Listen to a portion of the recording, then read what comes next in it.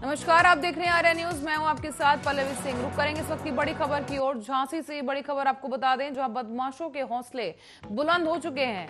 बुजुर्ग महिला की हत्या के बाद लूटपाट कर फरार हो गए ये बदमाश। नकदी और जेवरात लूटकर बदमाश फरार हो गए हैं। झांसी से इस वक्त की बड़ी खबर आपको बता रहे हैं, जहां पर एक बुजुर्ग महिला के साथ लूटपाट की वारदात को अंजाम दिया गया और नकदी समेत जेवरात लूटकर ये बदमाश मौके से फरार हो गए हैं। पीड़ित महिला की तहरीर पर पुलिस ने मुकदमा दर्ज कर इस पूरे मामले की जांच शुरू कर दी है। प्रेमनगर के रेलगंज की घटना बताई जा रही है। बड़ी खबर इस वक्त की झांसी के प्रेमनगर से बता रहे हैं आपको, जहां पर एक बुजुर्ग महिला के साथ दिन दहाड़े चोरी की वारदात को अंजाम दिया गया है। बदमाशों ने सरेआम महिला के साथ लूटपाट की, गहने और नकदी लेकर ये बुजुर्ग महिला से ये नकदी लेकर फरार हो गए हैं। हालांकि पुलिस ने महिला की तहरीर पर मामला दर्ज कर इन सभी आरोपियों की तलाश शुरू कर दी है। झांसी से ये खबर सामने आई है लूटपाट की, जहां पर अब बदमाशों में पुलिस का खौफ कम होता नजर आ रहा है। बदमाशों के हौसले लगातार बुलंद होते जा रहे हैं, जिसकी वजह से ऐसी चोरी की घटनाओं को दिन दहाड़े अंजाम दिया जा रहा है और पुलिस जो है बिल्कुल नाकाम साबित हो रही है। हालांकि महिला की तहरीर पर पुलिस ने तत्काल प्रभाव से कार्रवाई की, लेकिन अब तक आरोपियों को पकड़ा नहीं जा सका है। बताते चलें कि बुजुर्ग महिला से नकदी और जेवरात लूटकर ये बदमाश फरार हो गए हैं। पीड़ित महिला ने थाने में इस पूरे मामले की तहरीर दी, जिसके बाद पुलिस ने इस पूरे मामले की जांच शुरू कर दी है।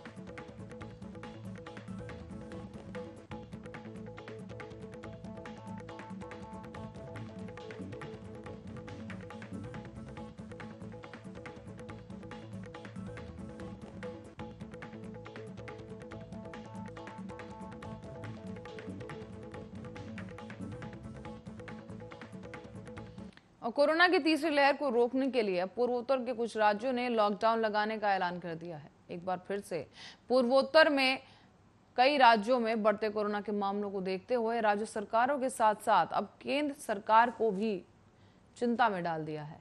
केंद्रीय स्वास्थ्य और परिवार कल्याण मंत्रालय के मुताबिक अब कोरोना के लगभग 80% मामले 90 जिलों से सामने आ रहे हैं और उनमें से 14 जिले उत्तर पूर्व के हैं। देश के 73 जिलों में जिनमें सकारात्मकता दर 10% से ज्यादा है, उनमें 46 जिले पूर्वोत्तर राज्यों से ही सामने आए थे। ऐसे में अब कोरोना मामलों में स्थिति और भी ज्यादा खराब ना हो, इसके लिए मिजोरम की राजधानी आइजोल में आज से 7 दिन का पूर्ण लॉकडाउन लगा दिया गया है। मिजोरम में संक्रमण के मामले अप्रैल में जहां औसतन रूप से 55 थे, तो वहीं ये मई में बढ़कर 202 हो गए हैं, जबकि जुलाई के पहले हफ्ते में ये मामले बढ़कर के 381 तक पहुंच गए थे। इसी बीच अब मिजोरम में भी 2 हफ्ते पहले ही प्रतिबंधों में छूट दी गई थी, जिसके बाद कोरोना के मामलों में अचानक से बढ़ोतरी हो गई और मिजोरम की तरह ही मणिपुर में भी आज से 10 दिनों के लिए कोविड कर्फ्यू लगा दिया गया है। कुछ आवश्यक सेवाओं में छूट के साथ आज से 27 जुलाई तक पूरे राज्यों में कर्फ्यू लगाया गया है। इसके साथ ही पूर्वोत्तर के कई राज्यों को कोरोना संक्रमण की तीसरी लहर से बचाने के लिए अभी से सतर्कता आने वाले दिनों में भी राहत भरी खबर तो ला ही सकती है। ऐसे में बता दें आपको कि इसके साथ साथ अब कोरोना के बढ़ते मामलों को समय रहते रोकने में भी ये लॉकडाउन मददगार साबित हो सकता है।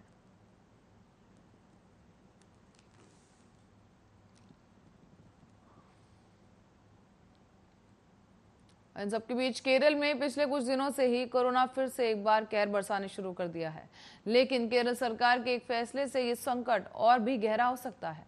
बताते चलें कि केरल में पिछले 24 घंटों में कोरोना के 16,148 नए मामले सामने आए, जबकि 114 लोगों की कोरोना संक्रमण से मौत हो गई और ये पिछले एक महीने का सबसे बड़ा आंकड़ा है। ऐसे वक्त में जब हर रोज कोरोना के आंकड़े बढ़ रहे हैं, तब विजयन सरकार के एक फैसले पर सवाल खड़े हो रहे हैं। केरल सरकार ने बकरीद की वजह से 18, 19 और 20 जुलाई को लॉकडाउन में छूट दे दी है। 21 जुलाई को बकरीद है और बीजेपी केरल सरकार पर पक्षपात कर राजनीतिक फायदा उठाने का आरोप लगा रही है। ऐसे में सीएमओ की ओर से दी गई जानकारी में भी कहा गया कि ए, बी और सी कैटेगरी की जरूरी सामान वाली दुकानों के साथ ही कपड़ा, इलेक्ट्रॉनिक्स और फैंसी ज्वेलरी की भी दुकानों को रात 8 बजे तक के लिए खोले जाने की अनुमति दे दी गई है। बताते चले कि केरल में कोरोना वायरस के बाद अब तेजी से जीका वायरस संक्रमण के मामलों में तेजी बढ़ रही है। कोरोना की अनुमानित तीसरी लहर से अब बचने के लिए जब डॉक्टर धार्मिक और सार्वजनिक कार्यक्रमों से परहेज करने की सलाह दे रहे हैं, ऐसे में केरल सरकार के इस ताजा फैसले पर सवाल उठने जायज है।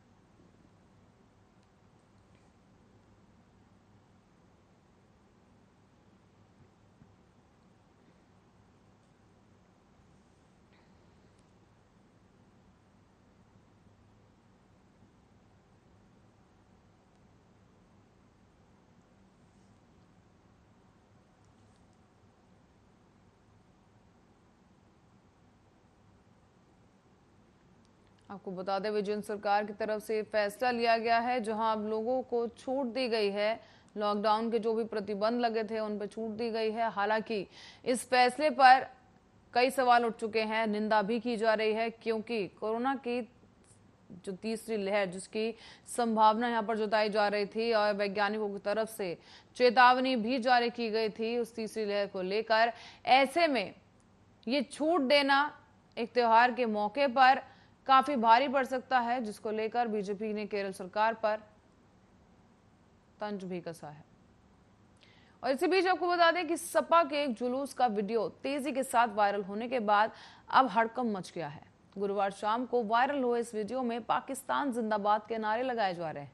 सपा के जुलूस में पाकिस्तान जिंदाबाद के नारे लगने से मुद्दे पर अब राजनीति भी तेज हो गई है। अब ये पूरा मामला पुलिस तक जा पहुंचा है।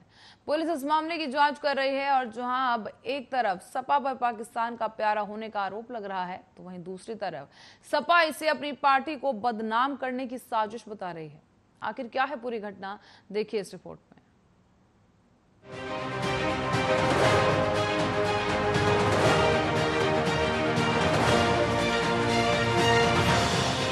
कांग्रेस के पूर्व अध्यक्ष और सांसद राहुल गांधी का एक बयान खूब सुर्खियां बटोर रहा है। शुक्रवार को कांग्रेस सोशल मीडिया सेल के लिए नियुक्त किए गए वॉलंटियर्स को संबोधित करते हुए राहुल गांधी ने राष्ट्रीय स्वयंसेवक संघ पर जोरदार हमला बोला। उन्होंने साफ कह दिया है कि जो भी कांग्रेस में रहते हुए डर रहा है वो आरएसएस में जा सकता है। वही जो कांग्रेस के बाहर है लेकिन निडर है, उनका पार्टी में स्वागत है। ऐसे में अब सवाल उठ रहे हैं कि राहुल गांधी ने यह तीखा हमला आखिर बोला तो बोला किस पर? क्या वो कांग्रेस नेतृत्व को चुनौती देने वाले G23 के नेताओं को पार्टी छोड़कर जाने को कह रहे हैं, या फिर उनके निशाने पर राहुल गांधी के वे करीबी दोस्त हैं जो कि अब प्रधानमंत्री मोदी के सिपह सेलार बन चुके हैं? इसके अलावा सवाल ये भी उठ रहा है कि क्या राहुल गांधी अपने ही नेताओं पर अब भरोसा नहीं कर पा रहे? आरएसएस से संबंधित राहुल गांधी के बयान के आखिर मायने क्या है, इसको समझने के लिए पहले उनको तेवरों को समझना यहाँ पर बेहद जरूरी होगा। उन्होंने एक तरफ पार्टी से बाहर निकलने वाले नेताओं पर हमला किया,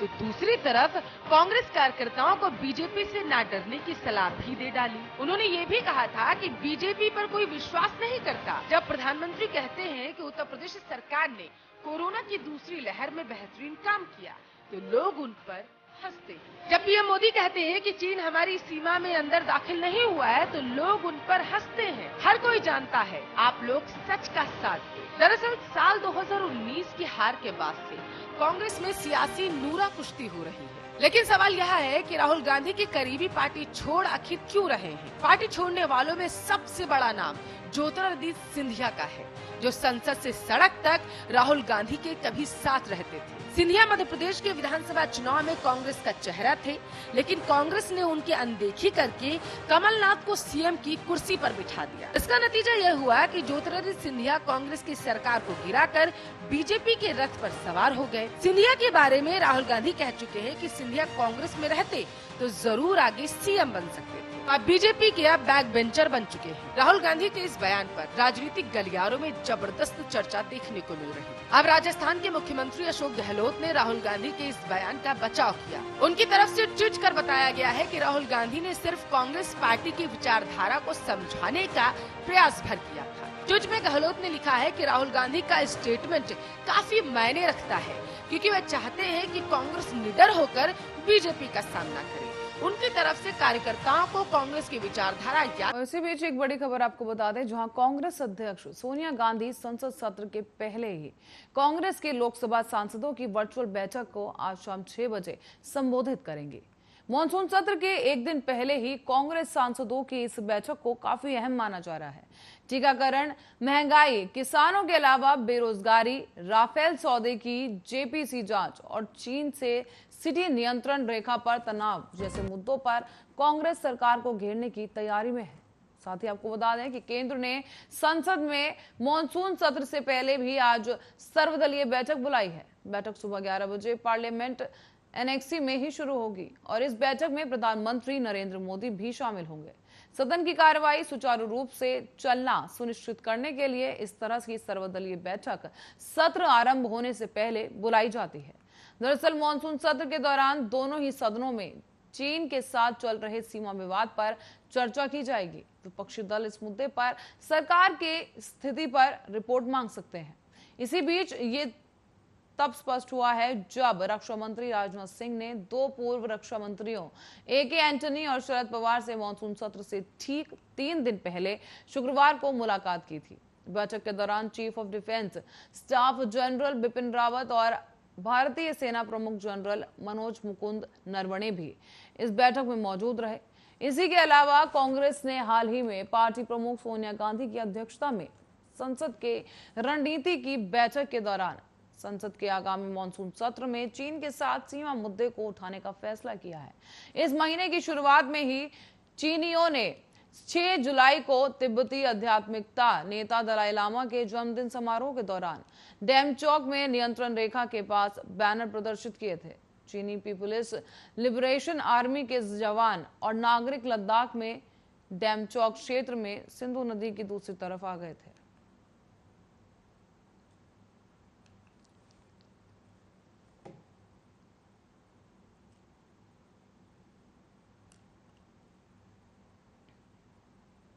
और सपा के एक जुलूस का वीडियो तेजी के साथ वायरल हो रहा है, जिसके बाद से सियासी गलियारों में हड़कंप मच गया है। बता दें कि गुरुवार शाम का ये वीडियो है और वायरल वीडियो में पाकिस्तान जिंदाबाद के नारे लगाए जा रहे हैं। सपा के जुलूस में पाकिस्तान जिंदाबाद के नारे लगने से मुद्दे पर अब राजनीति भी तेज हो गई है और अब ये मुद्दा पुलिस तक जा पहुंचा है। पुलिस इस पूरे मामले में जांच कर रही है और जहां अब एक तरफ सपा पर पाकिस्तान का प्यारा होने का आरोप लग रहा है, तो वहीं दूसरी तरफ सपा इसे अपनी पार्टी को बदनाम करने की एक साजिश बता रही है। आखिर ये पूरी घटना है क्या, गौर से देखिए इस रिपोर्ट में।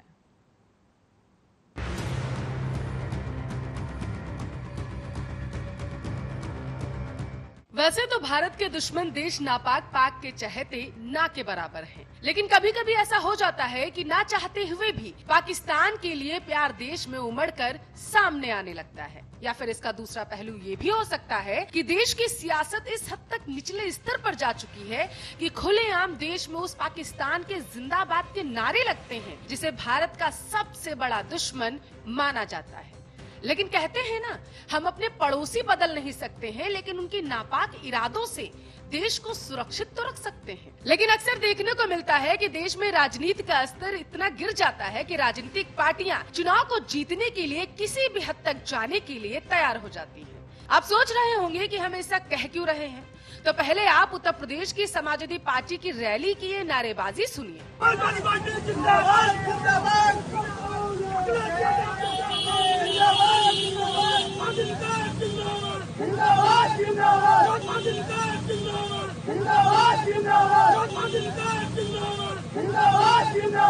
तो सुना आपने, दरअसल आपको बता दें कि राज्य में 2022 में चुनाव होने हैं। समाजवादी पार्टी धरातल पर उतरी तो थी सूबे की सरकार की खिलाफत करने के लिए, लेकिन रैली में जो तस्वीरें सामने आई उनसे अब पार्टी की किरकिरी हो रही है। चलिए आपको पूरा मामला बताते हैं। दरअसल यूपी में अगले साल चुनाव है। इससे पहले चुनावी माहौल में पाकिस्तान की एंट्री हो चुकी है। वाकया ताज नगरी आगरा का है। आगरा में गुरुवार 15 जुलाई को समाजवादी पार्टी विरोधी प्रदर्शन कर रहे थे। इसका वीडियो जब सोशल मीडिया पर सामने आया, उसमें समाजवादी पार्टी और अखिलेश यादव जिंदाबाद के साथ साथ पाकिस्तान जिंदाबाद के नारे लगते साफ सुनाई दिए। सोशल मीडिया पर वीडियो वायरल हो गया। मामला गरमाने के बाद एसपी सिटी रोहन बोथरे ने जांच के आदेश दे दिए। केस दर्ज हुआ। फिर आगरा पुलिस ने 5 लोगों को गिरफ्तार भी कर लिया। वहीं समाजवादी पार्टी ने वीडियो की असलियत की अब जांच की मांग की है। दरअसल समाजवादी पार्टी की ओर से 15 जुलाई को यूपी की सभी तहसीलों पर विरोध प्रदर्शन किया जा रहा था। यह प्रदर्शन सत्ताधारी योगी सरकार की नीतियों और महंगाई आदि को लेकर आयोजित किए गए थे। आगरा में भी सपा की महानगर इकाई ने ऐसा ही प्रदर्शन किया। दावा किया जा रहा है कि ये वीडियो इसी दौरान का है। इसमें सपा के कार्यकर्ता पार्टी और अखिलेश यादव जिंदाबाद के नारे लगा रहे हैं। तभी बीच में से कोई पाकिस्तान जिंदाबाद के नारे लगाता भी सुनाई देता है। हैरानी की बात यह है कि इस वायरल वीडियो में भीड़ के साथ समाजवादी पार्टी के महानगर अध्यक्ष वाजिद निसार भी साफ देखे जा सकते। इस वीडियो के सामने आते ही सोशल मीडिया पर बवाल शुरू हो गया। सियासी हलचल भी तेज हुई। लोग समाजवादी पार्टी को अब घेरने लगे। उस पर पाकिस्तान समर्थक होने का आरोप लगने लगा। इस बीच लोग एक चिट्ठी भी ट्वीट कर रहे हैं ट्विटर पर। इसे वाजिद निसार की लिखी चिट्ठी बताया जा रहा है। इसमें नारे लगाने की बात तो कबूल की गई है, लेकिन किसने नारे लगाए या जांच कराने की मांग की जा रही है। वहीं समाजवादी पार्टी का कहना है कि हमने इस घटना और चिट्ठी को लेकर आगरा के सपा महानगर अध्यक्ष चौधरी वाजिद निसार से बात की। उन्होंने घटना के बाबत एसपी सिटी को चिट्ठी लिखने की बात भी कबूल कर ली है। उन्होंने कहा है कि हजारों लोगों की भीड़ मौके पर जमा थी। कब किसने कहां से वहां पर ऐसा नारा लगा दिया पता ही नहीं चला। वहाँ पुलिस भी थी। अगर ऐसा कुछ पता चलता तो हम लोग ही तुरंत एक्शन लेते। शाम को जब वीडियो वायरल हुआ तब हमें इस बात का पता चला, इसलिए मैंने एसपी सिटी को चिट्ठी लिखकर वीडियो की जांच करके कार्रवाई की मांग की है। वहीं समाजवादी पार्टी की प्रवक्ता जूही सिंह ने भी ट्विटर पर वाजिद निसार का लेटर ट्वीट करते हुए दोषियों के खिलाफ सख्त कार्रवाई की मांग की। उन्होंने कहा है कि ऐसी घिनौनी साजिशों से यूपी का माहौल खराब करने की लगातार कोशिशें की जा रही हैं और ऐसा करने वालों को बख्शा नहीं जाएगा। उन्होंने इस वीडियो की फॉरेंसिक जांच की भी मांग की है। इस बीच पंकज ठाकुर नाम के एक युवक का भी वीडियो सामने आया, जिसमें पाकिस्तान के नारे लगाने से साफ इनकार किया जा रहा। उसका कहना है कि मैं भारत में पला बड़ा हूँ, मैं पाकिस्तान के नारे आखिर कैसे लगा सकता हूँ। मेरा नाम पंकज ठाकुर है। मैंने कोई गलत नारे नहीं लगाए। मैंने चौधरी वाजिद निसार जी के लगाए, मुलायम सिंह यादव जी के नारे लगाए और मैंने अखिलेश यादव जी के नारे लगाए। मैंने कोई पाकिस्तान जी के नारे नहीं लगाए, क्योंकि पाकिस्तान के नारे क्यों लगाऊंगा? मैं ठाकुर आदमी हूँ, जन्मजात का ठाकुर आदमी हूँ। मैं ऐसी बातें क्यों करूंगा? मैं पाकिस्तान में क्या बड़ा हुआ हूँ? जब मैं पाकिस्तान में रहता हूँ या पाकिस्तान की मैं बजाऊंगा? मैं अपने हिंदुस्तान में रहते हैं, हम हिंदुस्तान का खाते हैं, हिंदुस्तान की बजाएंगे। हम क्यों बजाएं पाकिस्तान का? हमारा कोई पाकिस्तान कोई रखा हुआ है क्या? तो वहीं दूसरी तरफ इस पूरे मामले पर पुलिस का कहना है कि वीडियो वायरल हो रहा है, जिसमें कोई व्यक्ति पाकिस्तान जिंदाबाद के नारे लगाते हुए सुनाई दे रहा है। इस वीडियो की ऑथेंटिसिटी को भी चेक किया जाएगा। नारे लगाने वाले व्यक्ति की भी पहचान की जाएगी। जांच अभी की जा रही है। इसके बाद जो भी कार्रवाई होगी वो की जाएगी। देखिए, समाजवादी पार्टी के प्रोटेस्ट आज उन्होंने सदर जो तहसील है वहाँ पे किया था और उसमें एक वीडियो वायरल हो रहा है जिसमें कोई व्यक्ति पाकिस्तान जिंदाबाद के नारे लगाते हुए सुनाई दे रहा है। इस वीडियो की ऑथेंटिसिटी को भी चेक किया जाएगा। साथ ही में कौन व्यक्ति है इसको आइडेंटिफाई किया जाएगा। इसकी जांच अभी की जा रही है और जांच के उपरांत जो भी इसमें कार्रवाई होगी, विधिक कार्रवाई उसमें की जाएगी। हम आपको बता दें कि अभी इस वीडियो की सत्यता की पुष्टि नहीं की जा सकती। एसपी सिटी रोहन बोथरे ने वीडियो को मंगवा लिया है, इसकी जांच की जा रही है, लेकिन बताया यही जा रहा है कि ये समाजवादी पार्टी का जुलूस है, जहां पाकिस्तान के समर्थन में नारे लगने की बात कही जा रही है, जो आप साफ तौर पर इस वीडियो में भी जो सोशल मीडिया पर वायरल हो रहा है इसमें सुन सकते हैं। हालांकि इस सब के बीच अब सवाल सिर्फ ये कि चुनावी माहौल में देश विरोधी नारेबाजी आखिर क्यों? कौन थे वह तथाकथित लोग जिनका पाकिस्तान के लिए प्यार उमड़ कर बाहर आया? या फिर कहीं ये विपक्ष की छवि खराब करने की कोशिश तो नहीं थी? पुलिस इस पूरे मामले की जांच कर रही है और जल्द ही इस पूरे मामले का खुलासा भी हो जाएगा। लेकिन रह जाएंगे तो कुछ सवाल कि आखिर राजनीतिक पार्टियों का एक दूसरे को नुकसान पहुंचाने का प्रयास इस हद तक गिर गया कि देश के दुश्मन के पक्ष में नारे लगाए जाने लगे। Special desk Arya news.